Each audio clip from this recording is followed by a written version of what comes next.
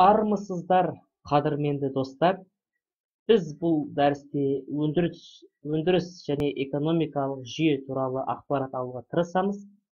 Ең алғашқы бізді мазалайтын сұрақ ол өндіріс дегеніміз не? Өндіріс дегеніміз ол адамдардың қажеттіліктерін қанағаттандыруға бағытталған сол адамдардың мақсатты іс-әрекеттері.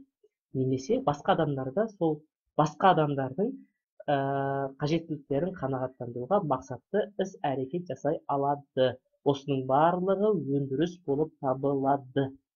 Енді өндіріс екіге бөлінеді: материалды өндіріс және материалды емес өндіріс.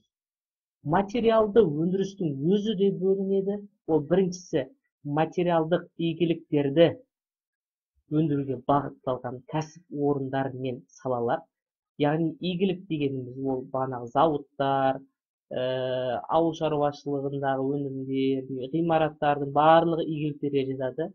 Және де сол материалды қызмет көрсетулерді өндіруге, атқаруға бағытталған барлық кәсіпорындар мен салалар.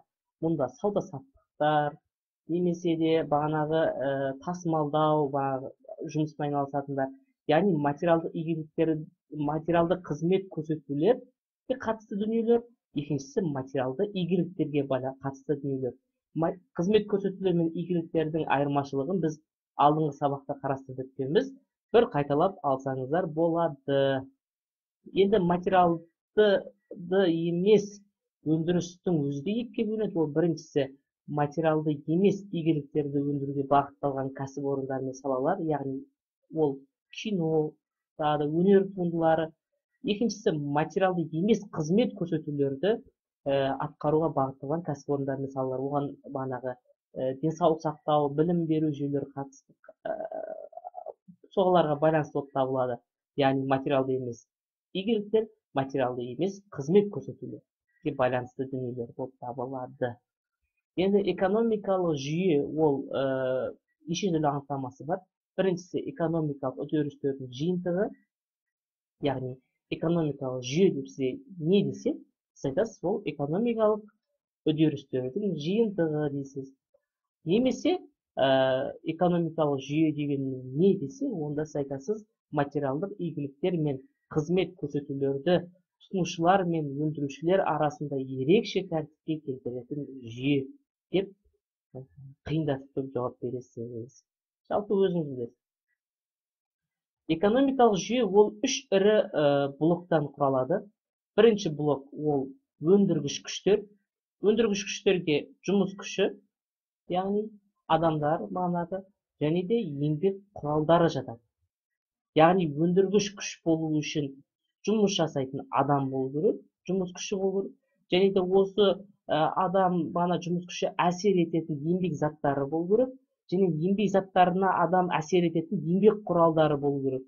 Еңбек заттары мен еңбек құралдарының айырмашылығын біз алдыңғы сабақта қарастырып өттік. Бір еске салып алсаңыздар болады.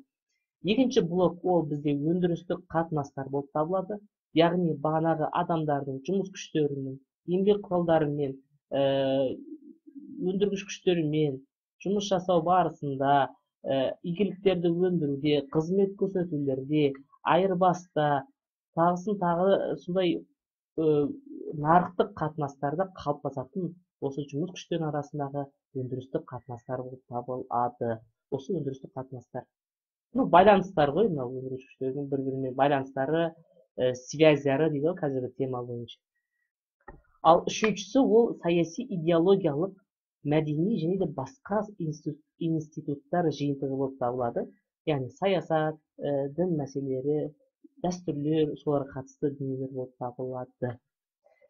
Енді экономикалық жүйе экономиканы екі түрде қарастырады. Біріншісі ашық экономика. Ашық экономика ол елдің сыртқы әлеммен белсенді түрде байланыста болуы болып табылады. Яғни біздің қазіргі Қазақстанның жағдайы, Қазақстанға тауарлар импортталады, және де Қазақстаннан тауарлар экспортталады. Жұмыс күштерінің алмасуы көп. Мысалы, көптеген қазақстандықтар қазір Дубайда жұмыс жасап жатыр. Кейбіреулер Ресейге кетіп қалды, оқу немесе шет елдің адамдары біздің Қазақстанға келіп жұмыс жасай алады. Яғни жалпы ашық экономика осы болып табылады. Ал жабық экономика дегеніміз ол ғылыми тілде автаркия деп атайды. Мұнда бағанағы ел сыртқы әлеммен өте төмен байланыста болады, немесе мүлдем байланыста болмайды. Яғни ешқандай тауар экспортталмайды, ешқандай тауар импортталмайды. Яғни минималды түрде импортталуы мүмкін. Жалпы бұл жабық экономиканы қазіргі таңда сіздер солтүстік Кореядан көре аласыздар. Ал егер тарихқа жүгінетін болсаңыздар, кезінде Жапон мемлекеті қолданған, одан кейін ақш мемлекеті жабық экономиканы қолданған кездері болған. Жалпы сол, бұл туралы сіздер ақпаратты Википедиядан оқып аласыздар. Экономикалық жүйе реттейтін әрі шешетін негізгі сұрақтар ол біз естеріңізде болса алдыңғы сабақтарда айтып өттік. Не, қалай, кім деп. Ал енді экономикалық жүйе бойынша ол не өндіру, және де сол өндіретін нәрсемізді қалай өндіру, және де өндірген нәрсемізді кім үшін өндіру деген сұрақтар болып туындайды. Адамдардың, елдердің, жалпы айтқанда экономикалық субъектілердің осы үш сұраққа әртүрлі жауап беруіне байланысты экономикалық жүйе бірнеше түрлерге бөлінеді. Біріншісі дәстүрлі экономикалық жүйе. Яғни бұл экономика дамуы өте төмен мемлекеттерде кездеседі. Бұл экономикада өте төменгі деңгейдегі технологиялар, өте дамымаған технологиялар қолданылады. Бұл экономикада қол еңбегі басым болады. Бұл экономикадағы кәсіптер атадан балаға мирас болып қалады. Яғни, мысал келтірейік, дәстүр бойынша біздің қазақтар мысалы өз-өзіне киім тоқиды, бағанағы көптеген киімді бағанағы мақтадан алып жіп жасап, жіптен киім тоқиды, тағысын тағы құрт жасайды. Яғни өз-өзін қамтамасыз ететін адамдардың шаруашылықтары. Мысалы, сиырды алады, сиырдан құрт жасайды, сиырдың сүтінен құрт жасайды, немесе сол сиырдың сүтін ішеді де айран қылады, қалғанын сатады. Яғни өз-өзін қамтамасыз етуге бағытталған және адамдардың қол еңбегіне жүгінген осы дәстүрлі экономикалық жүйе болады. Мысалы, кейбіреулер бағанағы ер жасайды, және де көптеген сондай құралдарды өз қолымен жасап шығарады да сатады. Яғни қол еңбегіне жүгінген аз технологияны қолданатын осы дәстүрлі экономикалық жүйе болып табылады. Екіншісі ол жоспарлы экономикалық жүйе. Жоспарлы экономикалық жүйе туралы сөз қозғалғанда сіз бірден КСРО-ны еске алуыңыз қажет, яғни диктаторлық режим орнаған уақыт. Яғни не, кім, қалай, кім деген сұрақтарға мемлекет жауап береді. Яғни мемлекет шешеді, не өндіру керек екен, яғни мемлекет шешеді, қалай өндіру керек екен, және де мемлекет шешеді, кім үшін өндіру керек екен. Ал бағанағы біздің дәстүрлі экономикамызда не деген сұраққа дәстүр бойынша не өндіру керек екен, дәстүр бойынша өзі біледі, және де қалай десе дәстүрдің мысалы әртүрлі тәсілдері болады ғой.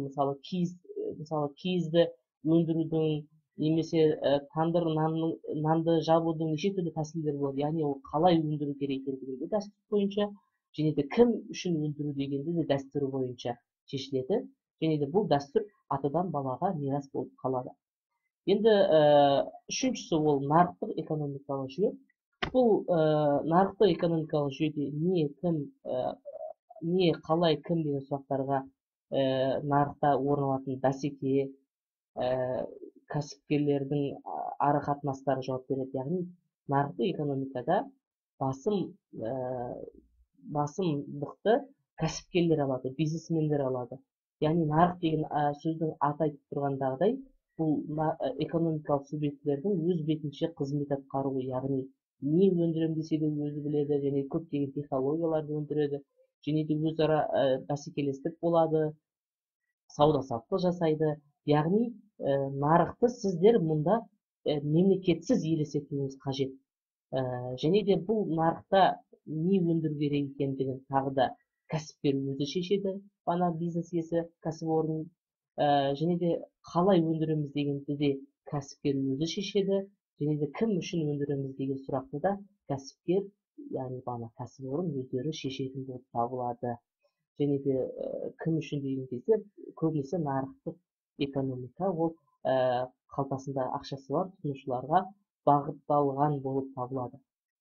Төртіншісі аралас экономикалық жүйе. Аралас экономикалық жүйе қазір Қазақстанның жағдайы десек те болады. Яғни мұнда нарықтық экономиканың элементтері де бар. Яғни кәсіпкерлер қазір нарықта көп қой, бизнесмендер өз бетінше қандай бизнеспен айналысқысы келсе сонымен айналыса береді. Және де дәстүрлі экономикалық жүйе де бар. Яғни кейбір адамдар өздерінің фермалары бар, немесе ауылды жерлерде өз сүтін өзі тұтынатын, қаласа сататын, қаламаса құрт қылатын, айран қылатын адамдар да бар. Өздері киім тоқып, өз-өзін қамтамасыз ететін адамдар бар. Яғни аралас экономикалық жүйе де барлығы болады. Мемлекет те араласады, тағысын тағы. Және де аралас экономикалық жүйеге мемлекеттің араласу деңгейіне байланысты, әлеуметтік белсенділігіне байланысты ол бірнеше модельдерге бөлінеді. Мысалы, жапондық модель, шведтік модель десек те болады. Яғни бұл модельдер туралы сіздер ақпаратты менеджменттен ала аласыздар. Қызық болса, қоғамдық желілерде, ғаламтордан да таба аласыздар. Жалпы осы. Енді сіздер осы сабақтың электронды нұсқаларын осы қоғамдық желі